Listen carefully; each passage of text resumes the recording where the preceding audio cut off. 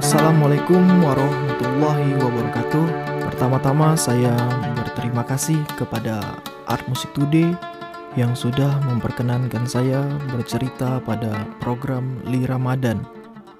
Perkenalkan, nama saya Ardi Prastiawan, berprofesi sebagai seorang musisi, guru musik di salah satu sekolah formal, dan terkadang menulis musik, entah itu menulis secara teks atau bunyi. Lahir dan sekarang berdomisili di Sintang, Kalimantan Barat. Nah, pada kesempatan kali ini saya akan mencoba berkisah atau mendongeng perjalanan waktu dan kekaryaan satu di antara tokoh musik tradisional Kalimantan Barat, tepatnya yang bernama Muhammad Yusuf Dahyani.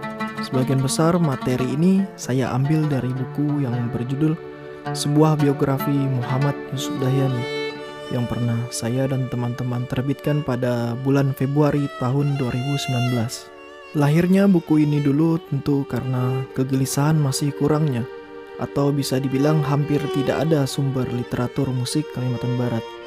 Yang ada pun masih sangat eksklusif, susah sekali untuk diketahui, seperti bentuk harta karun saja. Tidak semua orang dapat mengetahui dan mempelajarinya. Setidaknya dengan terbitnya buku ini dulu dengan segala lebih dan kurangnya, dan tentunya dapat berkisah dalam program ini, literasi musik Kalimantan Barat dapat digapai siapa saja. Kisah ini enaknya didengarkan sembari beristirahat atau bersantai-santai selama bulan Ramadan kali ini. Bisa sambil tidur-tiduran, menunggu buka puasa, sahur, atau selepas salat tarawih.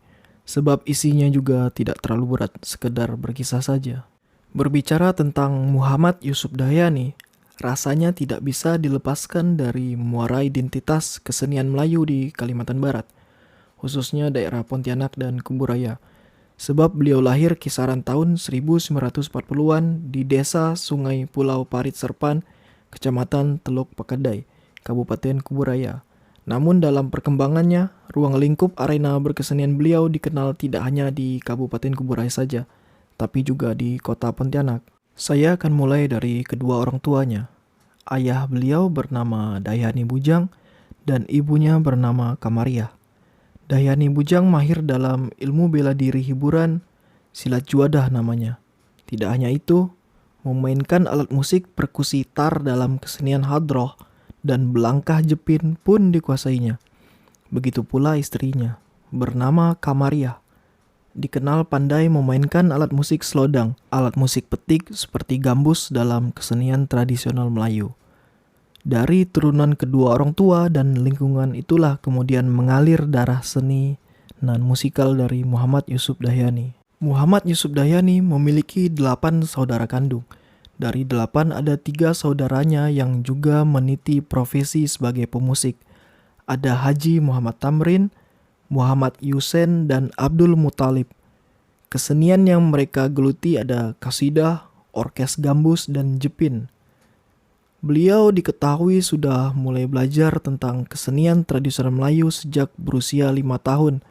Namun benar-benar mulai terjun ke dalam dunia kesenian terhitung mulai dari usia 8 sampai 10 tahun.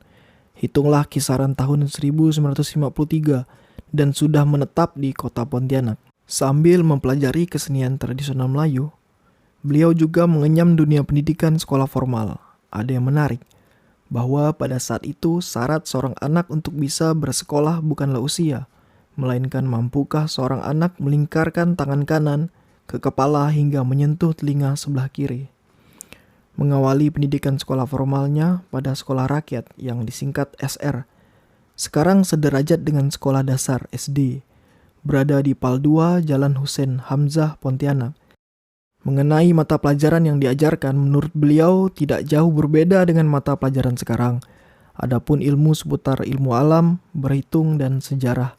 Mengenai ilmu kesenian, tidaklah komplit, karena memang bukan sekolah yang berkejuruan seni, hanya seputar bernyanyi. Namun ketika pelajaran kesenian, beliaulah yang selalu diandalkan dalam memimpin lagu. Lagu yang dibawakan adalah lagu anak-anak, kebangsaan. Nah, ini yang menarik, juga dilantunkan di kelas lagu-lagu keroncong. Satu di antaranya ada Gesang, Jembatan Merah, kata beliau. Di samping bersekolah, beliau juga gemar permainan olahraga anak seusianya, tenis dan sepak bola. Walaupun gemar permainan olahraga, tetap kesenian cita-citanya.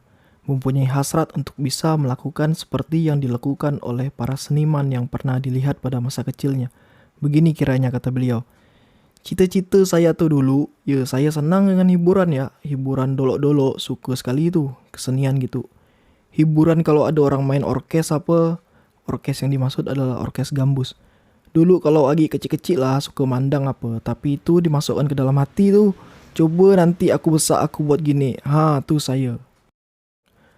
Setelah melalui masa kecil hingga akhirnya masuk pada fase masa remaja, di usia kisaran 26 tahun sekitar tahun 1960-an, Muhammad Yusuf Dayani akhirnya memutuskan untuk menikahi seorang wanita bernama Hamisah.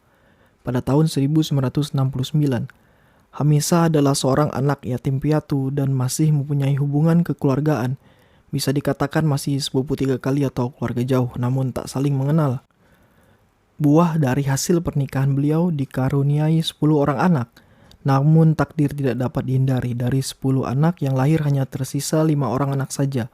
4 anak laki-laki dan 1 anak perempuan. Dari anak laki-laki ada Iskandar, Hamdani, Saparudin, Abdul Mualim, dan anak perempuan ada Siti Marianti. Kisah sebelum menikah disampaikan Hamisah bahwa beliau Muhammad Yusuf Dayani tidak pernah sekalipun menyapa dirinya, meskipun sering bertemu. Ini ada hal yang tidak wajar, malah sebab tidak pernah menyapa namun sering bertemu, Hamisah merasa bahwa ada yang spesial dari seorang Muhammad Yusuf Dayani.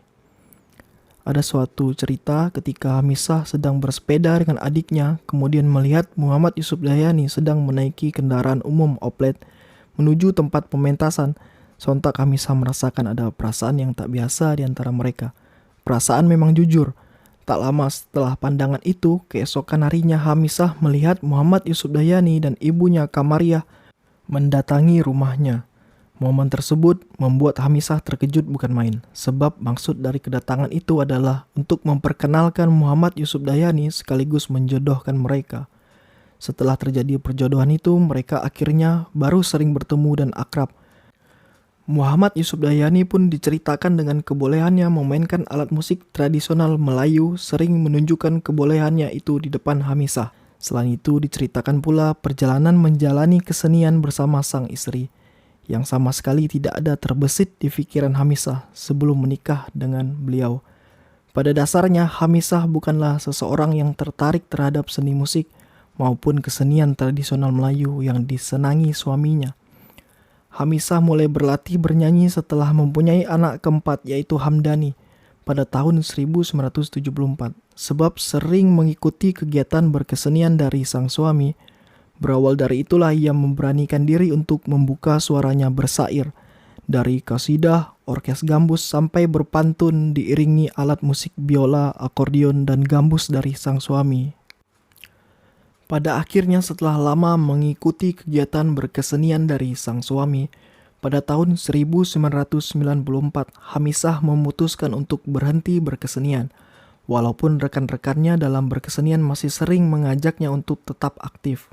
Mungkin sebab niatan tidak seserius sang suami, juga sebab sudah berumur dan mempunyai cucu dari pernikahan anaknya Iskandar. Hingga pada akhirnya untuk memenuhi kekosongan dari berkesenian, pada tahun 1996, 2 tahun dari keputusannya untuk berhenti berkesenian, Hamisah juga memutuskan untuk lebih memperdalam ilmu agama, yaitu dengan membuka sebuah kelompok pengajian bernama Nurul Hasanah sampai sekarang. Menjalani satu bidang bersama seorang kekasih tampaknya menjadi sebuah kenangan berharga dari mereka. Selain berkesenian, tentu Muhammad Yusuf Dayani juga mempunyai pekerjaan untuk memenuhi kebutuhan keluarga. Pernah menjadi penjual buah kelapa bersama sahabat karibnya dalam berkesenian yaitu Jafar Benawar yang biasa disapa dengan nama Wak Bacok. Singkat cerita bahwa Jafar Benawar adalah ayahanda dari Anwar Ja'far yang mempunyai nama sapaan Cikgu oleh mahasiswanya di program pendidikan seni tari dan musik Universitas Tanjung Pura Pontianak. Dan Cikgu adalah dosen luar biasa sebab hanya lulusan sekolah dasar tapi mampu mengajar di universitas. Sebab kemampuan ilmunya dalam bermain alat musik perkusi tradisional Melayu. Selain berjualan buah kelapa, Beliau juga pernah bekerja sebagai sipir di lembaga pemasyarakatan, berjualan kopi, menjadi supir dan nelayan. Tidak ada yang bertahan lama. Namun menjadi penjual buah kelapa dan sebagai tukang bangunan, beliau dapat bertahan lama bekerja. Hal ini disebabkan karena ketika bekerja menjadi profesi tersebut, beliau ditemani oleh sahabatnya dalam berkegiatan berkesenian. Di antaranya ada Jafar Bunawar tadi, Bang Ang, Sarip Abdurrahman, dan adiknya Muhammad Yusen. Dari sinilah cerita menarik dapat disampaikan. Oleh sebab bekerja bersama dengan para sahabat yang juga berkesenian, akhirnya beliau bersama sahabat memutuskan untuk selalu membawa alat musik seperti akordeon, gambus, biola, dan gendang panjang setiap berangkat bekerja. Mereka memainkan musik sebagai penghibur dan pelepas lelah saat waktu malam beristirahat. Bermusik di saat malam selepas bekerja akhirnya mengundang dan menarik perhatian para warga sekitar untuk menyaksikan mereka bermain musik tradisional Melayu. Warga pun akhirnya meminta mereka untuk terus memainkan musik di malam-malam tertentu untuk menghibur mereka. Nah, setelah tadi kita mendengarkan selain proses berkesenian beliau juga perjalanan hidupnya. Pada bagian ini saya akan mencoba menceritakan secara sederhana rekam jejaknya Muhammad Yusuf Dahyani dalam berkesenian. Musik tradisional Jepin, kasidah, orkes gambus dan hadrah sangat disenangi Muhammad Yusuf Dahyani sedari kecil. Mengenai Jepin memang tidak bisa dipisahkan hanya musiknya saja. Walaupun beliau memang pemain musik Jepin, namun beliau juga telah mengenal langkah-langkah tari Jepin dari seorang punggawa tari Jepin bernama Unggal Jais, asal Teluk Pakedai. Alat musik yang pertama kali beliau mainkan adalah slodang. Adapun belajar memainkannya langsung didapat beliau dari ibunya yang juga berprofesi sebagai pemusik tradisional, juga sebagai pemain slodang tentunya. Setelah belajar memainkan slodang, beliau kemudian diajarkan oleh ayahnya bermain alat musik tar. Juga sebab karena profesi ayahnya sebagai pemain alat musik tar pada kesenian musik hadrah. Setelah dirasa mahir memainkan slodang dan tar, Muhammad Yusuf Dahyani kemudian merambah lagi ke alat musik lain seperti biola yang dipelajarinya secara otodidak. Beliau mengakui bahwa memang pada saat itu belum terlalu banyak orang yang mengenal alat musik biola, sehingga ia pun harus mempelajarinya sendiri. Beliau mendapatkan alat musik biola dari ayahnya. Seperti ini ceritanya. "Kau mau tak sob, kalau kuberikan piol?" Sebutan biola pada saat itu. Maulah ya, saya kabarkan. "Bukan apa, kalau kau pandai main piol, nyaman kita," kata dia kan. Dapatlah beliau sebuah alat musik biola dari pemberian ayahnya. Muhammad Yusuf Dahyani kemudian menuturkan bentuk dari alat musik itu. "Tengok cantik gak biola ni? Tapi ndak ada mereknya, model kampung punya. Cuma cantik, becat, mengkilat. Pakai silip, pakai apa? Tadak gak besar, segini lah panjangnya." Beliau mencontohkan kira-kira seperti model biola sekarang. Penggeseknya, bow dan hair bow-nya dari kulit nanas tuh diparut daunnya, habis tuh dijemur, udah kering bagus, dah ditempel situ tuh, ditempelkan pada bow. Tali piol itulah bukan tali piol yang jual sekarang nih, senar biola seperti sekarang maksudnya. Talinya buat sorang, tali tangsi, senar kawat yang ada dalam bungkus kabel listrik. Sekitar tahun 1957-an Muhammad Yusuf Dahyani mempelajari biola. Ayahnya pun berkata, "Nya sob, coba kau main." "Cemana mainnya ya?" Kau gesek-gesek ya, ayah pun tak tahu gak," kata dia. Jadi benar bahwa beliau belajar biola memang secara otodidak.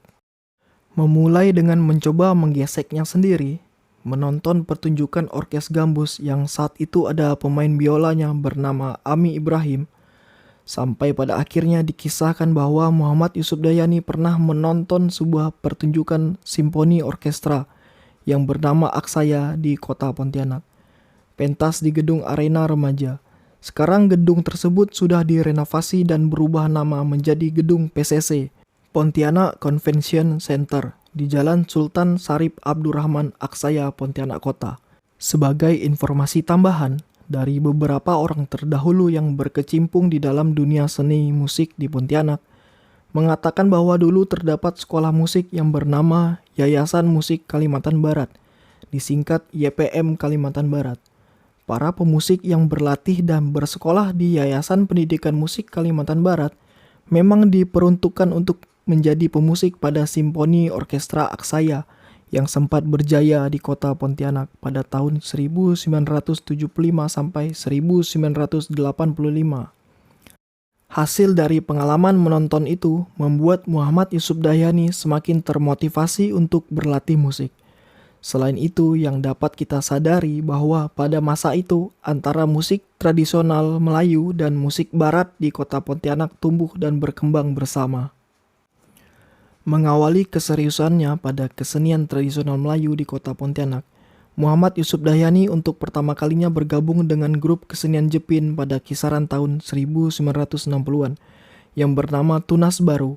Di grup tersebut beliau berperan sebagai pemusik. Pesatnya perkembangan gairah kesenian tradisional Melayu pada masa itu, khususnya Jepin, membuat banyak bermunculan kelompok-kelompok kesenian tradisional yang baru. Melihat hal ini, beliau pun kemudian berkeinginan untuk melebarkan sayap, bergabung dengan grup-grup Jepin yang lain, dan akhirnya mengukuhkan diri untuk bergabung bersama grup kesenian tradisional Jepin kedua bernama grup Tunas Mekar. Tidak jauh berbeda dari Tunas Baru, di grup Jepin Tunas Mekar, beliau masih berkontribusi sebagai pemusik. Kemudian beliau bergabung pula dengan grup Bintang Fajar. Kiprahnya pada grup-grup tersebut ternyata belum berhasil membuat Muhammad Yusuf Dahyani merasa puas dalam berproses berkesenian. Setelah itu, grup kesenian yang digandrungi beliau adalah Setia Usaha. Awal terbentuknya grup Setia Usaha ini mulanya dicetuskan oleh salah satu sahabat karib beliau bernama Pak Dol. Kedatangan Pak Dol saat itu sebenarnya bermaksud untuk menyampaikan hajat bahwa dirinya hendak membuka suatu perkumpulan kesenian Jepin. Namun sebab ia tidak memiliki bekal ilmu sedikit pun terkait musik, akhirnya ia mengajak Muhammad Yusuf Dahyani untuk bergabung dan membentuk grup tersebut. Nah, pada grup Setia Usaha barulah Muhammad Yusuf Dahyani tidak hanya berperan sebagai pemusik saja, tapi juga sekaligus bertugas mengelola kegiatan, penggarapan maupun setiap pementasan yang akan dilakukan. Menjalani prosesnya bersama grup-grup kesenian Jepin, akhirnya beliau juga memutuskan untuk mulai merambah pada grup kesenian Orkes Gambus dan Kasidah. Antara lain grup-grup yang pernah beliau jajaki dalam berproses berkesenian musik tradisional Melayu diantaranya ada Tunas Baru, Tunas Mekar, Setia Usaha, dan Bintang Fajar yang berfokus pada kesenian Jepin. Lalu Nurus Sabah, Al-Munir, dan Al-Watan berfokus pada Orkes Gambus. Lalu ada Nurul Huda, El-Kawakib, dan Ikhwanul Muslimin yang berfokus pada Kasidah Rebana. Itulah daftar beberapa grup tempat berproses berkarya berkesenian beliau. Menurut penuturan Hamisah istrinya, istilahnya pengalaman bapak kau seni nih, dari tahun sebelum ibu kawin lah tahun 1966 udah mulai bapak kau nih dari masih angkat-angkat bujang gitu tuh sampai kawin sama ibu tahun 1969 masih orkes Jepin kan, masih orkes Gambus masih ada. Setelah sampai tahun 1979 masih terus main tapi berganti-ganti kelompok keseniannya. Ahmad Syarifuddin yang juga pelaku seni tradisional Melayu kota Pontianak menuturkan bahwa sosok Muhammad Yusuf Dahyani memang telah menjadi orang lama yang berkecimpung di dalam bidang kesenian tradisional Melayu kota Pontianak. Beliau juga dikenal multitalenta serta sangat aktif berkesenian pada masanya. Ahmad juga menambahkan bahwa di dalam permainan musik Jepin, seseorang bisa dikatakan memiliki peran penting di dalam suatu grup ketika orang itu mampu memainkan alat musik gambus sambil bernyanyi atau dalam istilah musik tradisional Melayu disebut dengan begasip. Di masa itu belum terlalu banyak pemusik tradisional Melayu yang dapat melakukan begasip. Namun Muhammad Yusuf Dahyani mampu melakukannya. Mengarungi perjalanan sebagai seorang seniman dalam berkarya berkesenian musik tradisional ternyata tidak membuat Muhammad Yusuf Dahyani luput dari kesadaran kewajiban untuk berbagi pengalaman dan pengetahuan kepada generasi penerus. guna menjaga akar dasar kebudayaan kesenian tradisional Melayu di daerahnya.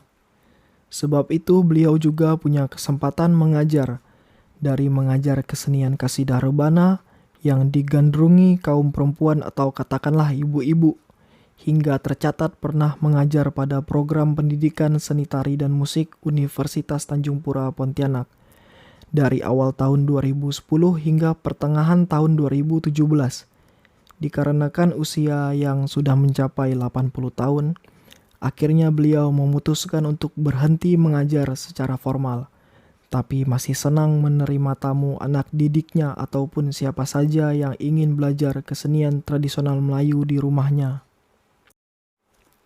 Nah, itulah sekelumit kisah tentang perjalanan hidup dan kekaryaan bermusik tradisional Melayu Muhammad Yusuf Dahyani, yang tentu saja dapat kita serap informasinya dan semoga saja dapat bermanfaat. Tentunya musik yang ada sekarang khususnya di kota Pontianak, Kalimantan Barat, tidak terlepas dari apa yang ada di masa lalu dan menjadi satu di antara muara identitas musik Kalimantan Barat. Rasanya tidaklah lengkap jika hanya mendengarkan cerita tadi, tanpa mendengarkan pula karya dari beliau.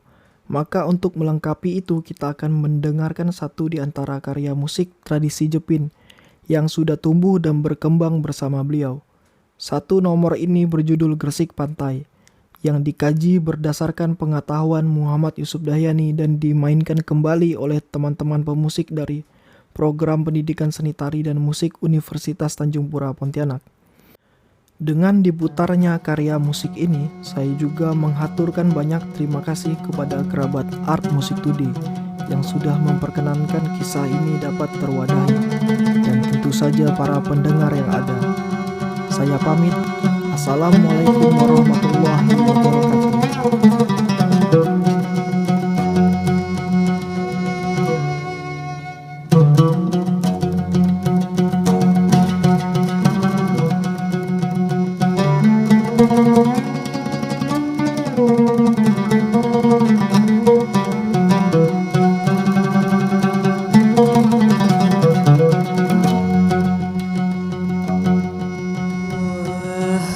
Wahai pendengar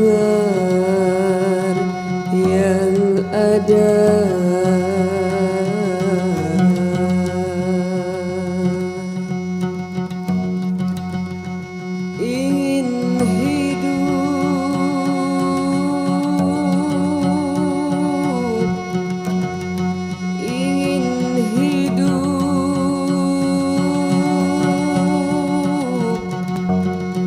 ingin hidup